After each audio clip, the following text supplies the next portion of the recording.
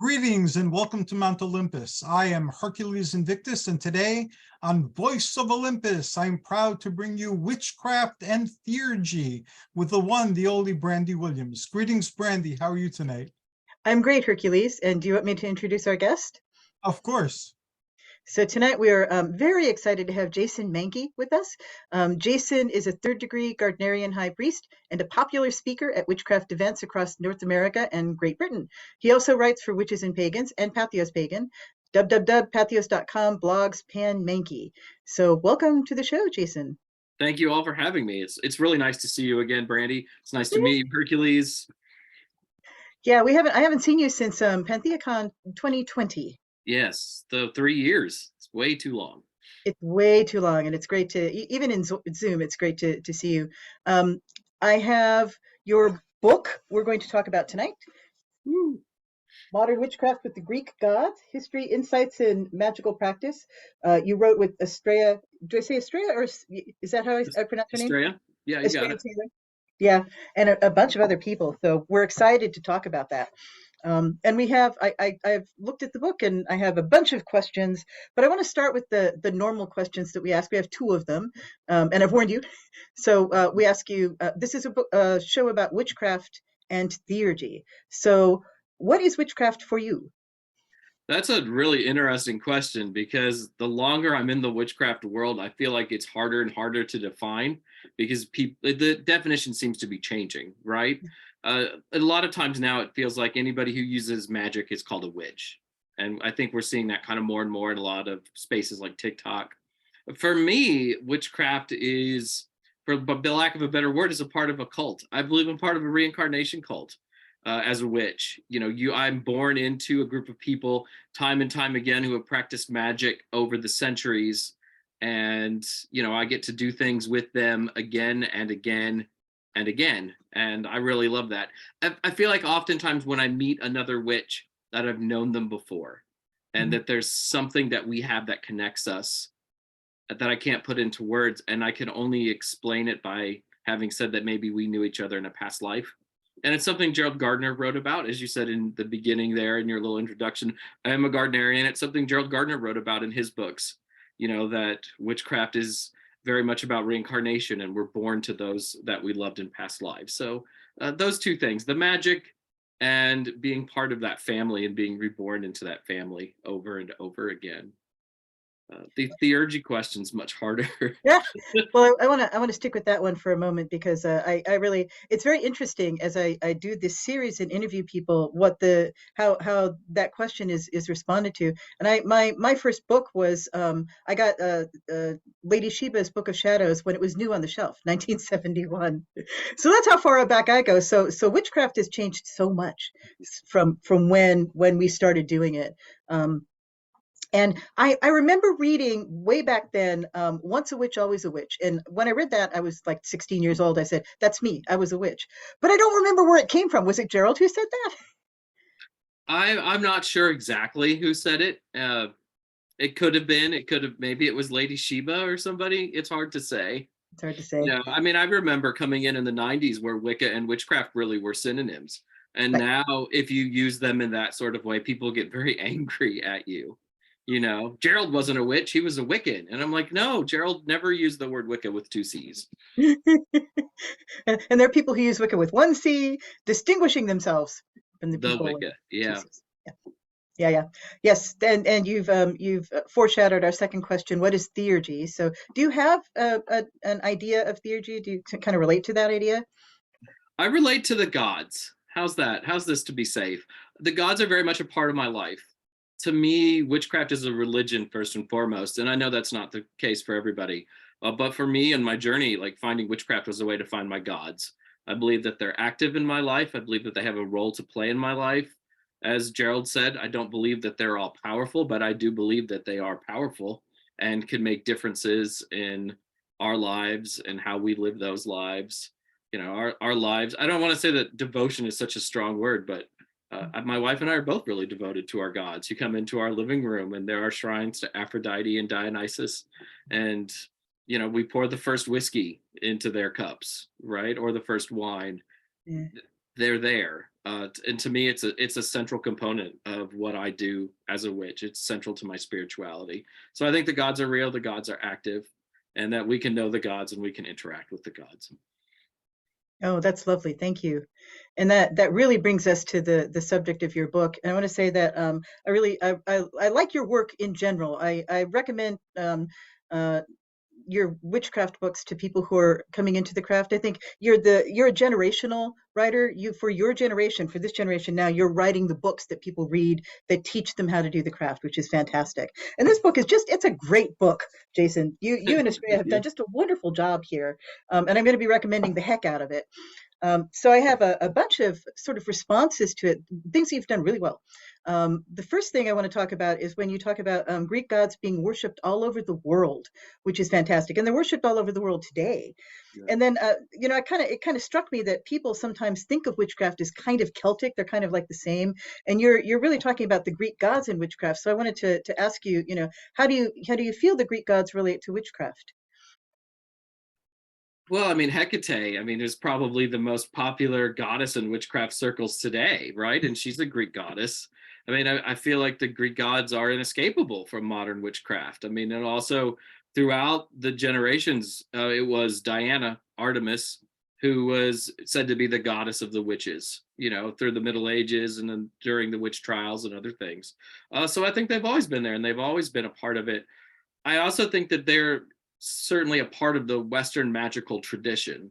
And when I say that, if you go through the history of magic in Europe and North America and you read the grimoires, the gods aren't worshipped necessarily explicitly, but they figure so much amongst the planets that a lot of those things in there about Mercury, about Venus, about Mars, about Saturn, and about Jupiter really read as prayers. And some of them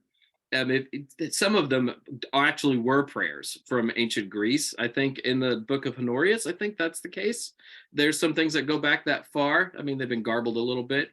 So yeah, they've always been there. They've always been kind of prowling around. And since they're part of that Western magical tradition, I think that they feel comfortable in our circles and what we do today, because that tradition has been growing and expanding, and modern witchcraft, I think, is a flowering of the Western magical traditions, wedded for many of us with a religious component. Yeah, I absolutely agree. Have you looked at I think he wrote it as John Opsipeus' book on Platon, his translation of Platon's work? I'll ship you a link. He's a colleague of ours I think of us as the Llewellyn theurgists in a theurgy. Kula, really. Yes. I got that book recently. Yes. Yeah. And so back then, I think it's the first neo-pagan work, actually, Platon. It's like the late early 1500s, and he's writing hymns to the Greek gods. And his students are getting drunk and staggering around in the streets, shouting praises to Zeus, right? So it's definitely in the tradition. So talking about the gods, you have such a great grasp of Greek history and the history of the gods, and you pointed to Mycenaean origins and the distinction between Mycenaean and Minoan cultures, which is great. So I just want to know, how long have you been studying the gods? It seems like you sound like it's been for a long time. I think my first exposure to the Greek gods was in kindergarten or first grade. And I think it's the book that everybody reads. It's like the French book with, that retells the myths, and every time Zeus has sex, he has another wife, is how they put it, I think, in there. And yeah, and that was my first exposure, and I fell in love with the Greek gods. I remember, I think it was second grade, and we celebrated Lincoln's birthday growing up in Illinois. So we were off on a Monday, right, from school. And it's always weird. And my dad worked and he just left us. We were kids, we were feral children. He just left us at home and he went to work. And so we're getting to run around the neighborhood all day. And I looked up at the sky and I said, I'm going to utter a prayer to Zeus today, because it just feels like something that I should do, right? Like, why is this mythology and this religion? I had these thoughts very, very early. So, I discovered the Greek gods at a very young age. I didn't say their names correctly, or even how they're said in English incorrectly often. Like I called Persephone Persephone is how I read her name, which always makes me laugh today. So yeah, very early. Getting into the history though was a later thing. My late teens, early 20s.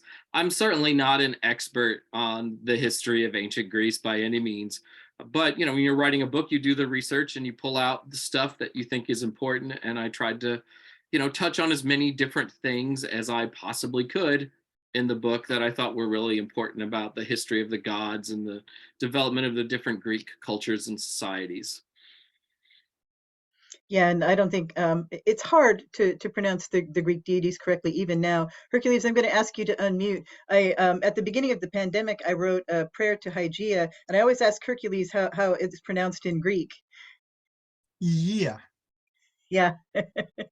So, and then I ask John Opsipeus how it was pronounced in ancient Greek, and he'll tell me that too. And it doesn't sound like Hygeia either one.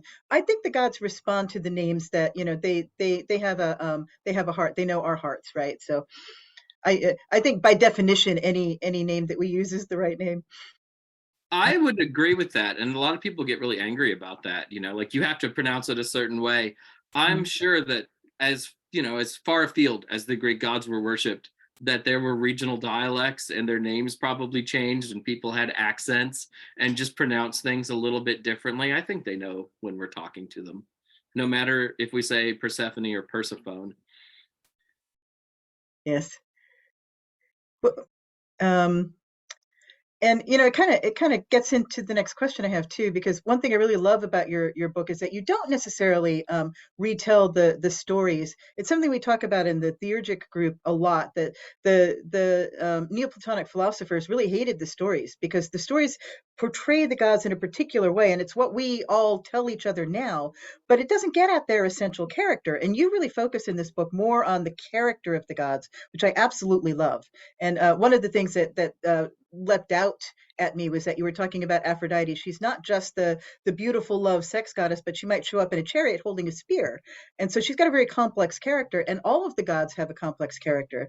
So how do you sort of learn about a god, and how do you bring that complexity into how you relate to them? I think it's really difficult because I do think that we're often just focused on the mythology and we don't go back and see how people in the ancient world really worshiped these deities and how they interpreted the deities. So when we wrote the book, Estrella and I alternated. Like some of us would do, like she would do a history of one deity and I would do a history of another deity. And some of them were deities that I was not particularly close to, and so it was really a journey of exploration. And Hera is the one that really sticks out at me because when you read the mythology with Hera in it, it's so not flattering to Hera. I mean, it's mostly about her punishing the illegitimate children of Zeus over and over again. It doesn't fill you with warm fuzzies. And then to read how people worshipped her in the ancient world does fill you with warm fuzzies. She was somebody that people really related to and felt comfortable with and really loved and had these relationships with. And it's just not there in the mythology. And I think to experience that, to figure out how people worshipped, you really have to go and you kind of have to read some of the academic stuff to get a better understanding of how these gods were seen. Or you can ask modern day practitioners, who are really focused on a particular deity. I found that with Zeus too. To me, even though I uttered that prayer to Zeus when I was a little kid, as I've gotten older, I always kind of thought of Zeus as very remote, right? I mean, he was the god that usually was more likely to be equated to Yahweh, Jehovah in a lot of literature, king of the gods, woo, tough. And, then I'm reading about him in the ancient world and people are calling Zeus friend, which always really struck me, right? Yeah. Not king of the gods, not all powerful Zeus, calling him friend. That really stuck with me. And yeah, and I kind of wish we would get away from the mythology to some degree because I think we give it too high a place and we don't really talk about how the deities were really worshipped. Yeah, I absolutely agree. And I always go back to Richard Farnell, Cults of the Greek States, when I want to learn about any of them, because he's got a really complete compendium of where the deities were honored and how they were honored. So you learn that Ares was honored in a village because he armed the women of the village and said, go ahead and protect yourself. And so it gave me an insight into the character of Ares. We sort of have this idea, oh, the god of war, pillage, rape. And no, he was the guy who stood against that, which is something that you don't get necessarily from the myths. There's a lot that's lost in the mythology. Though I will say writing about Ares was one of the more difficult deities to write about. He was not particularly popular in a lot of places. Maybe not still. I mean, nobody wants war. It's Right. not good for business. Yeah. And I think one place that I go is in epithets, right? That the depth of a character of a deity is in the Aphrodite Urania, the Aphrodite of the heavens, and Aphrodite Pandemos, the more physical Aphrodite, right? So do you do a lot of working with epithets? Do you kind of go down to that level? I really don't. I probably should, and I think about it often, but we really don't. I think it's a lot of just because like people we work with in Covenant stuff are just not as into it as maybe I am. And when I talk to my wife is a huge lover of Aphrodite, but she's not really interested in the history of it. She just knows her as Aphrodite. That's who comes to her. That's who listens to her. There's nothing extra to it. So probably should, but we really don't. Though when I went to Greece, though, I tried to be on the lookout for that, just to kind of get a better feel of how deities were being worshipped in particular places. Oh, well, I've got to jump on that. So when did you go to Greece and where'd you go? My wife and I went in 2018, and we started in Athens, and of course we went to the Acropolis. We followed that up by going, and then we went to the museums and things. We went to Eleusis, had to go there. We went to Delphi, and then it was off on a plane, and we went to Santorini, and we got to see Akrotiri, the village there, and then it was off to Crete, where we got to see all of the things that Evans messed up, and seeing that. So yeah, so that was the trip. It was, I think, the best trip. We talk about it the most out of all the trips that we've ever taken. Gosh. It's different. It's different than going to Britain. So I've been to England quite a bit, and a lot of those sites are still really active in use amongst modern witches and druids.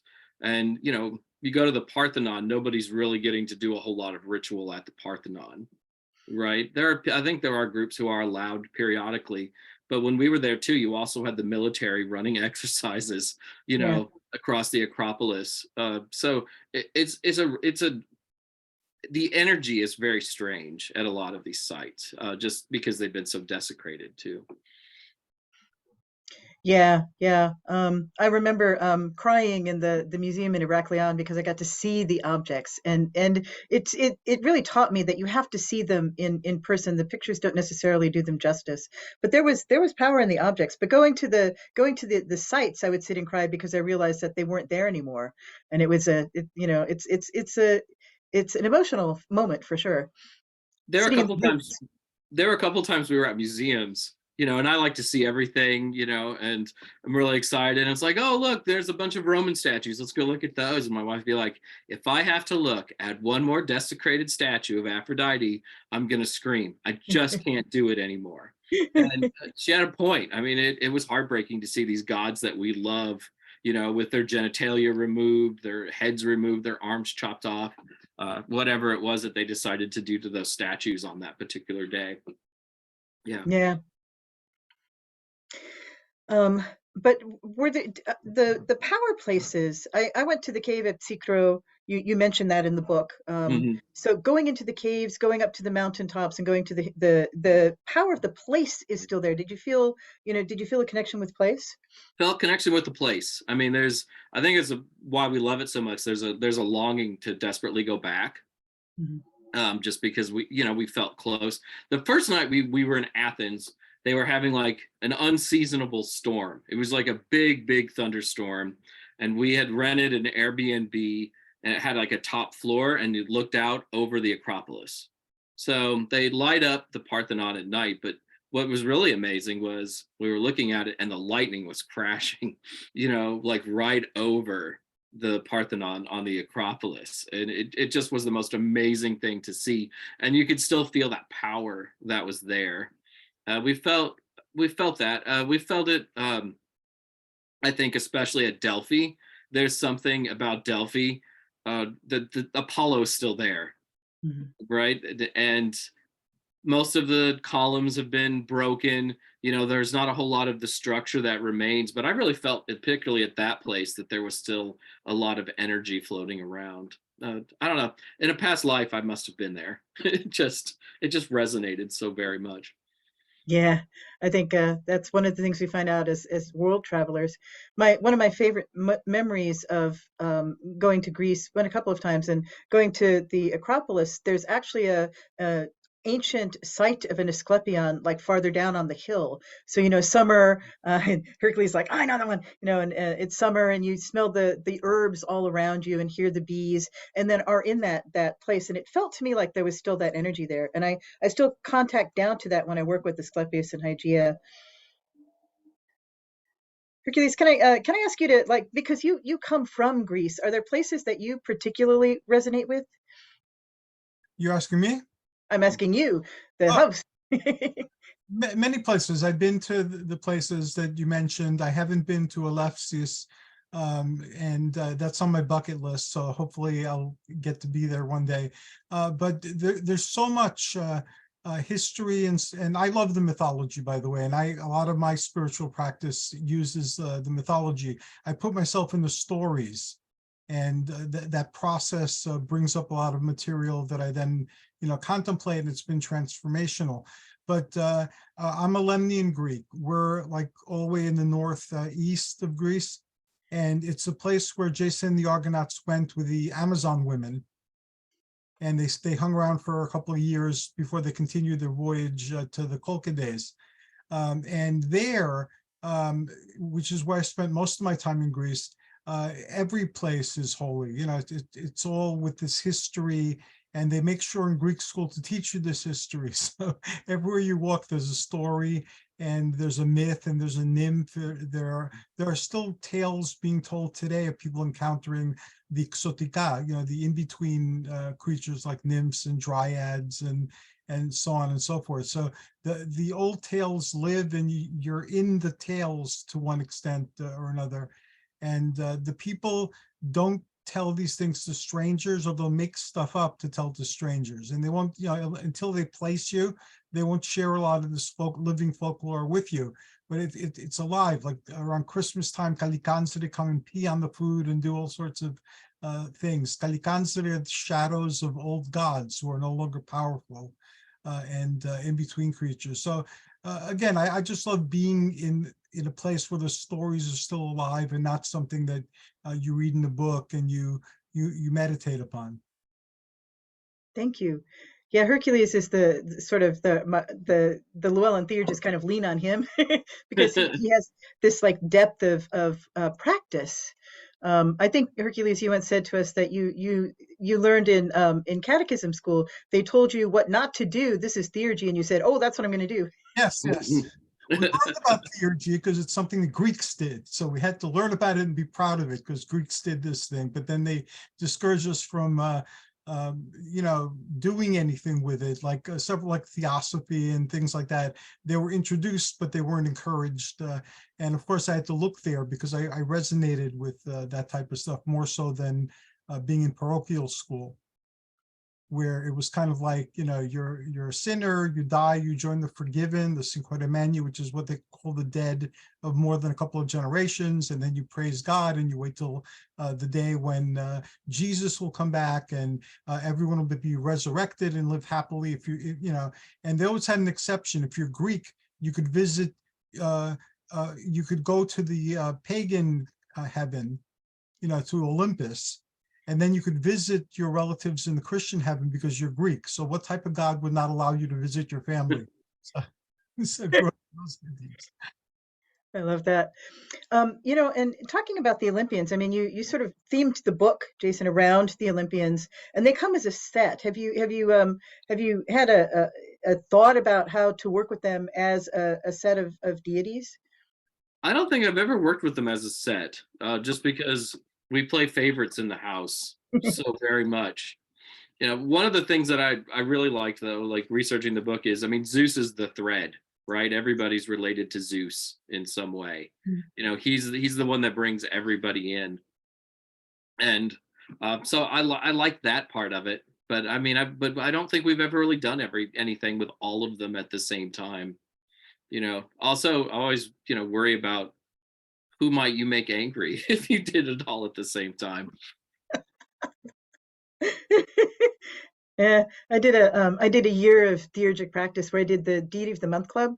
I did one. Oh, sorry. I did one deity per month, and I got the set of Olympian deities, so they all live together. But I didn't animate them. Yeah. That would be a lot of work. And I wanted to talk about the mysteries too. You mentioned going to Eleusis or Eleusis, and you mentioned the ancient mysteries in the book. So did you do some research into what the mysteries were, and have you ever enacted them? You know, I've never really enacted them. I've always kind of thought about it. It's always been sort of in the back of my mind. But then I kind of read about theories about what happened there. And if I waved a torch in anybody's face, I think I would get in trouble with my wife. She would frown upon that. I wrote about them a lot in Transformative Witchcraft, which is a book which was my fourth book, something like that, because I was writing about the mystery of initiation in witchcraft traditions. And if you're going to go back to initiations, you go back to the first mysteries, right? The first initiations, which were there. So that was kind of my first deep dive into it. And I'd already written that book when I went to Eleusis, so I had an idea of kind of where I could see things happening in my brain. The site is probably the most poorly preserved of all of the sites that I went to. I mean, there's not very much of it that remains. It's also not particularly popular. I think when we went, there might have been 3 other people there that day. Mm-hmm.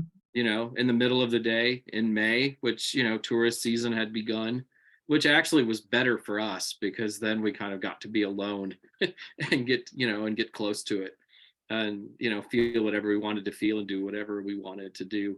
But I've always been really fascinated by the mysteries. I went to the Spring Mysteries, which the Aquarian Tabernacle Church does, which is kind of a reenactment of maybe what happened there. But I think what they're doing is pretty different.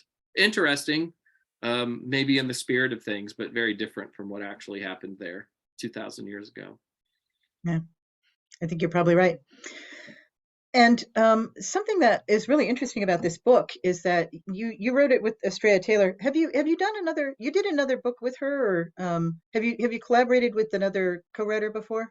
Laura Tempest Zakroff. We did Right. the Witch's Altar together.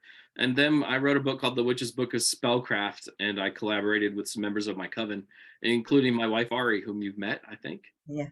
Yeah.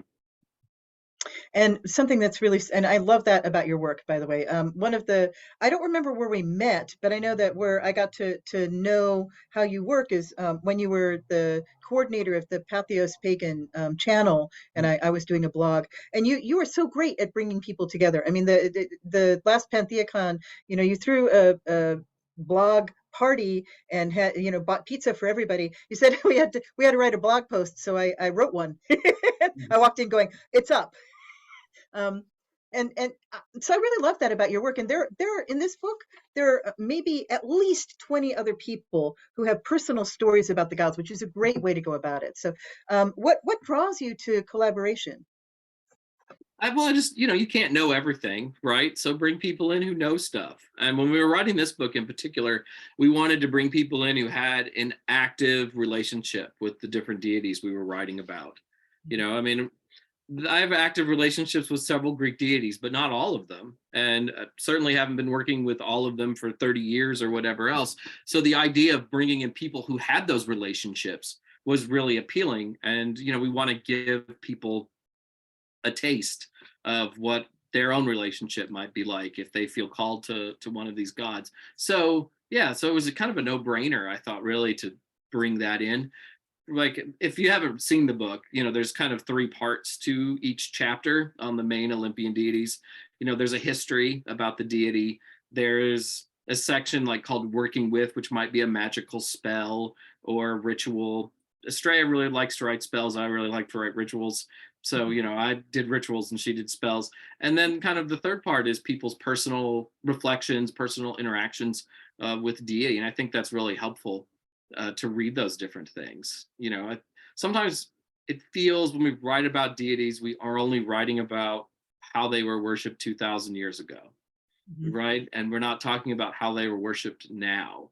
And if our gods are alive and they're a part of our lives and, they have presence, then they're certainly here. And we should hear from the people who are working with them.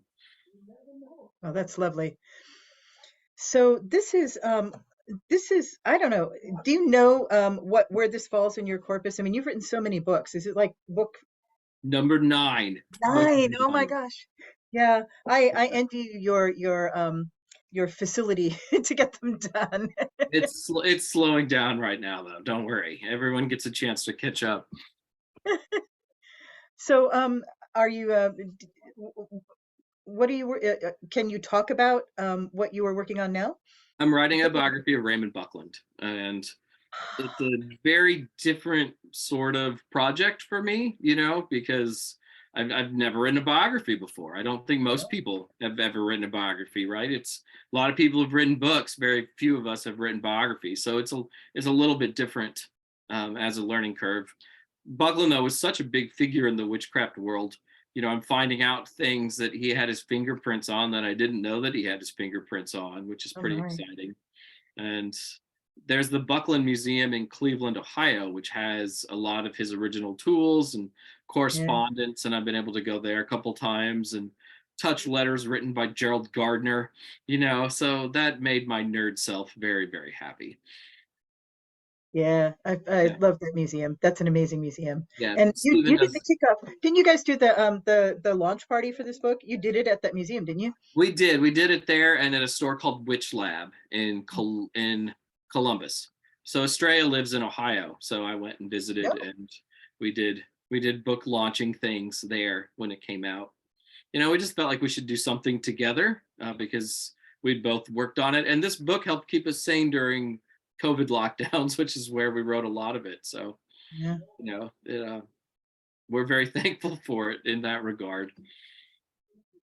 But yeah. So, the Greek gods in the world today, there was a thought that I had that I let go, but we've talked about how you talked about how people are working with them now. When you go out that you see a lot of people, you go to events and talk to a lot of people. How do you see them moving out in the world now? Are they are people relating to them? Is that growing? I think so. I think they're as popular now as they've ever been. I mean, some of it might be the Rick Riordan books, Right. the Percy Jackson things.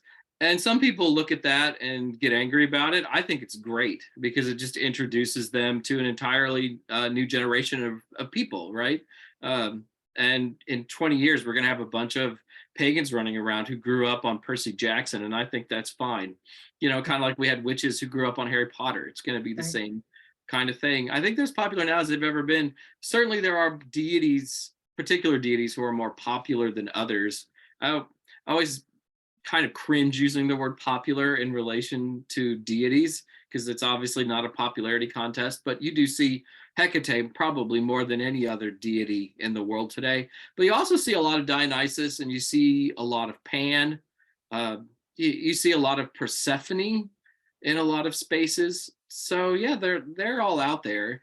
It just sort of, it feels like the order is different today than it might have been 2,000 years ago, though, right? Like, certain ones are just getting more attention than maybe they did in the ancient world, which is fascinating to me. Yeah, I like watching the Olympians pop up in popular culture. So like Hercules and Zeus and several other Olympians were in a Marvel movie recently. I think Thor: Love and Thunder.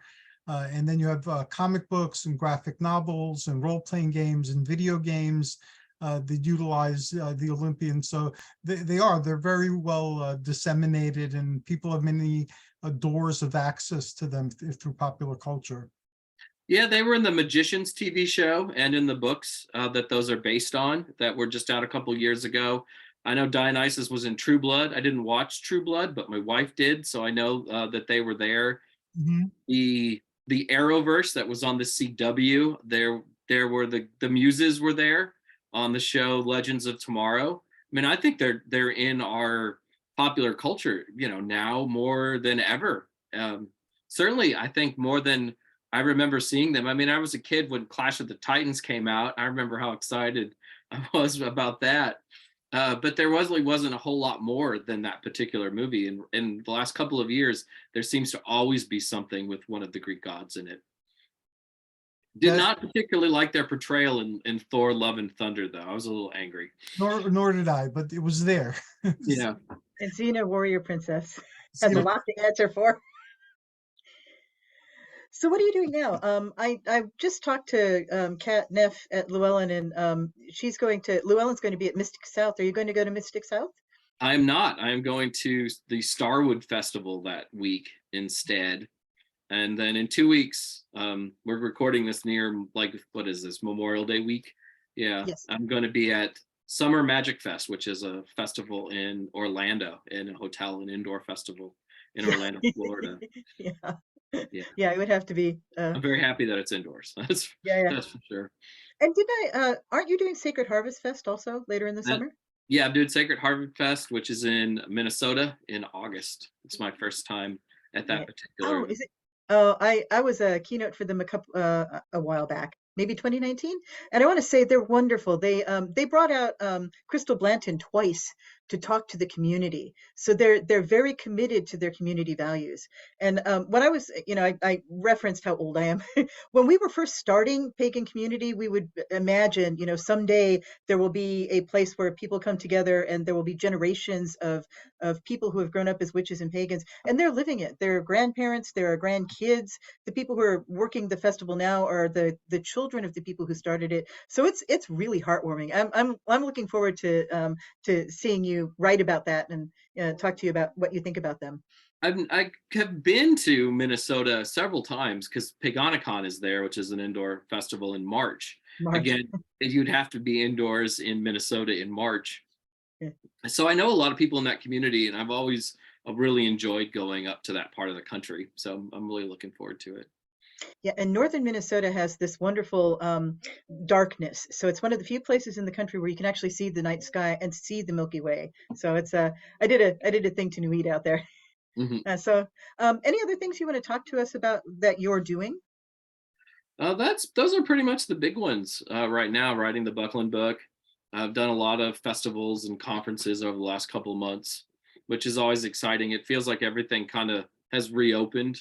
I don't know if we're post-pandemic yet, but at least we're doing things again and a lot of things. So a lot of stuff that I'd been waiting, years to do that got canceled in 2021, 2020, sometimes even as late as 2022, kind of like caught up with, which is exciting. Yeah. Yeah. I feel So really blessed just to be able to go and to write about these gods that I love, and then to be able to go places and talk about them. It's yeah, it is. It's the best. yeah, are you feeling that people are feeling like there's kind of a weight lifted and they're glad to get back together? Yeah, I feel that way. The first thing started opening up again in 2022, and there was a real tentativeness to it. I mean, people were excited to be there, but attendance was low at a lot of events because Mm. people just weren't comfortable going out again. I think it's tough after you've done, when your behavior's modified like that for a year and a half, then all of a sudden to be able to go out and do these things again, maybe you're a little wary of it, right? And going to events is sort of muscle memory too, right? When you get out of the habit of going, it's harder to start back up. But this year, it just seems like it's kind of opened up again, and people are even more excited to be out and about. No, that's great. Um, yeah, so I think I was at, oh, that's the question. How can people get in contact with you if they're interested in learning more about your work? I think there are only three Jason Mankeys in the world, and I come up first if you Google them. I think one of them's a minister, so I kind of feel bad for that guy, and I kind of don't at the same time. So a quick Google search will usually bring me up, and I think most of my socials are at Pan Mankey, PanMankey, obviously for the great god Pan, my first love amongst the Greek deities. Ah, you haven't talked about him yet. No, really haven't. Yeah, he was. I was scared. He was something I was. He was a figure I was scared of when I came to this. I'd grown up a Methodist. I'd grown up president of my church youth group. I was pretty religious in a Christian sense for a long time, and I discovered witchcraft, and it, really, I could feel that calling there, that coming home feeling when I discovered it. But at the same time, there's still that conditioning you have to get over, and anything with horns just scared. Can I curse on this show? Yeah, Yes. it just scared the shit out of me, right? I didn't want that. It'd be one thing to worship Apollo, but it'd be another thing to worship Pan. But he's a pretty insistent god, and I just could kind of feel him kind of knocking at the door, you know, let me in, let me in, let me in. I want to be a part of your life. I was sort of a shy, awkward kid, and I think I really needed sort of that Pan energy in my life. And finally, after 6 months of me screaming no, no, no, I finally did let him in. And it was life changing. I don't think I would be here today without him. I mean, it was just sort of a big change in my life. I know you talked about carrying the god in transformative witchcraft. Was he the god you were talking about?